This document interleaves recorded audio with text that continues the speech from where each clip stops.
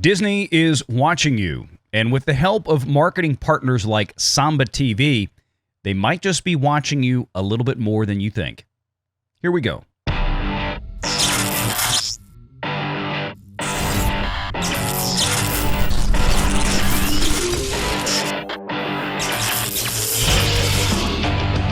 Renegade Online.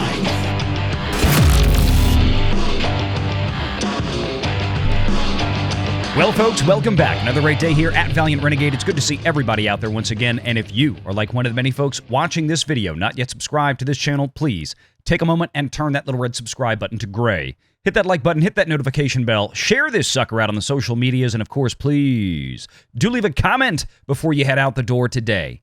Hollywood writers and actors are not the only people that should be concerned about the rise of AI, or artificial intelligence. That's something that the SAG-AFTRA and WGA folks are striking over and have been now for months. But what if somebody like the Walt Disney Company decides to replace, say, nearly 50% of their advertising sales force, commonly known as the DAS, or Disney Ad Sales Team, with artificial intelligence? And for the third and final part of this series today with myself, WDW Pro, and KMG, we're going to address that very issue. Links for the first two videos from today, parts 1 and 2, are in the description of this one below. Disney's going to keep cutting, but we didn't know where, but maybe it's going to be DAS. It's going to be Disney Advertising Sales. And to what end? This is the problem right here. This is something I've talked about before. I've hinted at that. Kind of felt like I knew where this was going. You know, for sure, Samba was getting in bed with Disney to help them develop the future of their advertising. This is from March 4th of 2022. This is 18 months ago that this was announced. Samba partners with Disney. So from this press release, with around 40% of Disney's TV advertising supply now streaming, a number that's only increasing. Now, I'm assuming that includes like ESPN Plus, Disney Plus, HULU, of course.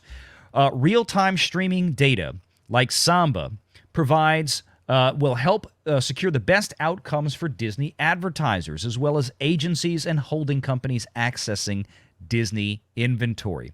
From Samba's own head guru, the important thing about this announcement is that it reflects how Disney presents video to consumers across all the screens, and it brings measurement up to the level of innovation that we've seen in the consumer experience. Disney has evaluated a lot of different partners. We've worked together to create a methodology that reflects what currency needs to represent now. So, what this basically means, to go into this notion that Disney may be looking to replace a significant portion of the Disney ad sales team with AI.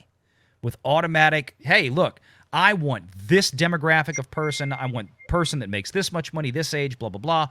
Tell me where I need to go. Samba TV, with the way they work by monitoring real-time data on millions of television sets that they have access to see what this individual is watching. If they've signed up to be a Samba household, like you used to sign up to be a Nielsen household, they know in real time.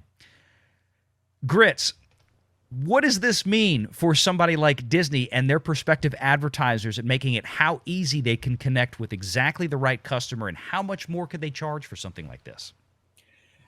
I mean, well, I don't want to speculate on, how much more they could charge. But I will say that, in the industry right now, what this concept, which is called programmatic buying, which is basically where the networks essentially give the advertisers a dashboard, and it has all of their digital inventory where, the advertisers can gain access to it and buy what they need to. And, it sort of eliminates the Disney ad sales, or the middleman to negotiate those contracts.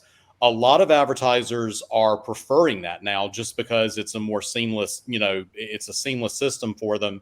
And they have, either dedicated people at their agency, or what a lot of companies are now doing is they are hiring in-house media buying people to do, to do the things that normally they would have an ad agency do, because the software makes it so easy.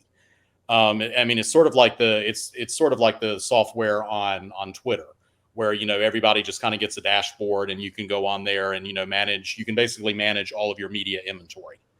But I would say for the Disney ad sales, You can even go back as far as 2 years ago. There was a quote from the president of Disney Ad Sales. And it was Ad Week or Ad Age. It was one of those trade publications. She even mentioned that her goal for DAS was to have anywhere from 50 to 60% of their business be fully automated. There you go. That was 2 years ago. Well, that would have been right before that they signed up as a partner with Samba TV then. There you go. It is that financial industry term that today we hear far too often. Secular headwinds. And that's exactly what this means. The rise of streaming is a secular headwind to linear broadcast. The rise of AI is a secular headwind to quite a few industries right now, obviously.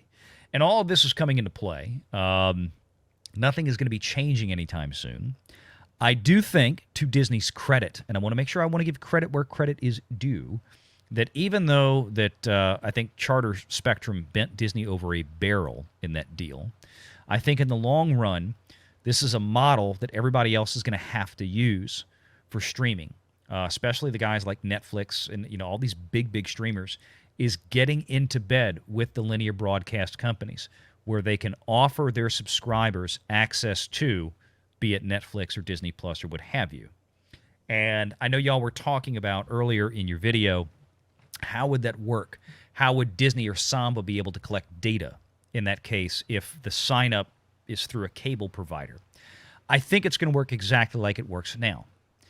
I have Apple TVs galore. And I think the same thing works for people with Roku or Amazon Fire Sticks. If you have a cable subscription, as I do, I'm a Charter customer, okay? I have access to HBO Max and several other apps for channels. When I sign into those apps, I sign in with my cable service provider login. So my Charter login logs me in to get me access to HBO Max. I've never signed up for Max. It's always been through my cable subscription. But the fact of the matter is, when I'm watching Max, I'm on Max. My login... Have you approved a TOS with Max? One of the ways that Disney and these other companies look to make money in the streaming game beyond advertising is selling your data. And so when you sign up for these things, they get access to your data. If you're doing that through Charter, I don't know that they can do that because you never agreed to it because it was automatically given to you through Charter. When I download that app, as soon as you download that app, you are agreeing to it. Oh, so for example, okay, well, think of it this way: if you watch HBO on your cable box, or if you log in to your cable service provider's online service, Charter Spectrum, they have a Watch Spectrum TV or whatever website you can go to, and it looks just like what you see on your TV at your home. I can go to HBO, I can go to ESPN, I can go to Disney. Or I can go to HBO Max, the website, the app on my Apple TV, which is purely HBO's app. Now, when you go in, it's going to be like, hey, sign in with your HBO Max account, or sign up for an HBO Max account. Or you have another button that clicks sign in with your cable or satellite TV service provider. And you tell them, hey, I'm a Charter customer. This is my Charter customer account. They say, okay, you're paying for HBO Max. But when you're on their app, you are on their app. So gotcha. Well, that's what I was curious about. Yeah, no, they're totally collecting what you're watching. They know who you are, everything about you, just the same. So is the case with Disney Plus. If you get ESPN Plus in the higher tier package with Charter Spectrum, as you now will, according to this new deal, if you get Disney Plus, the advertising variety with your entry-level package, which you now will as part of this new deal, then what you're going to have is, yes, I mean, they could say that, well, 15 million new subscribers just came on board in North America for Disney Plus, which of course isn't true. They're duplicative, and people are eventually just going to cancel the ones that have them, their existing Disney Plus contract, and just use the signups through their cable service. But they'll still have the same Disney Plus app. They will simply log out with their, well, I was paying them $13 a month, but now I get it with my cable subscription. So now I'm going to log in. Disney Plus's app will now have a login with your cable or satellite TV provider. But you'll still be on the Disney Plus app. So it's the same thing.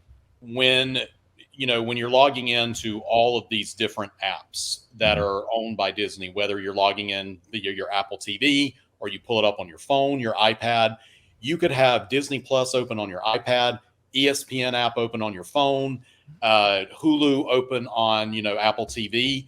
Yep. You are being tracked. Like they are able to follow the viewer experience, what you're watching, where you're going. And that data can be given back to advertisers. So that way they know, exactly it's kind of like cookies on the internet. Yep. They're following you. I mean, they know exactly what your habits are. And that data is so valuable to the advertisers because, essentially that's, Disney giving away, their first party data to advertisers. And that's what makes, that's what all of these networks are trying to do to compete with Google and Meta. That's it. And that's the big difference between HBO Max and Disney Plus. Disney Plus is a native DTC streaming service. HBO Max is not. It is acquired content from HBO, which is still linear broadcast. So, of course, Warner Brothers, David Zaslav, whether you're watching Discovery or whether you're watching HBO, David Zaslav would prefer that you sign in through that app on your Apple TV or your iPhone or your Roku or your Fire Stick, just like Disney would. There's not going to be a Disney Plus channel when you load up your charter subscription. You're not going to be able to go to Disney Plus. You're simply going to have access. You're going to have a login now for Disney Plus that you didn't have before if you weren't a subscriber to it. But they're still going to be able to capture your information for whatever you're watching when you go to that app. That's the key. Yeah. Now imagine the power that Disney AI would have if that television viewing habit, whether it's Disney Plus or Hulu, ESPN Plus, is married with your park visit, your Magic wristband, your Genie Plus service. Every time you walk into a hotel, get on a ride, shop in one of the merchant stores or vendors in a Disney park, all of that's being put together and sold to third parties so they know exactly what to advertise to you. And this is how they're eventually going to be able to command much more money for each advertisement run to a Disney customer because they will know exactly the target they're going after. Have fun with that. Disney's watching, and it's only going to get bigger. Take care.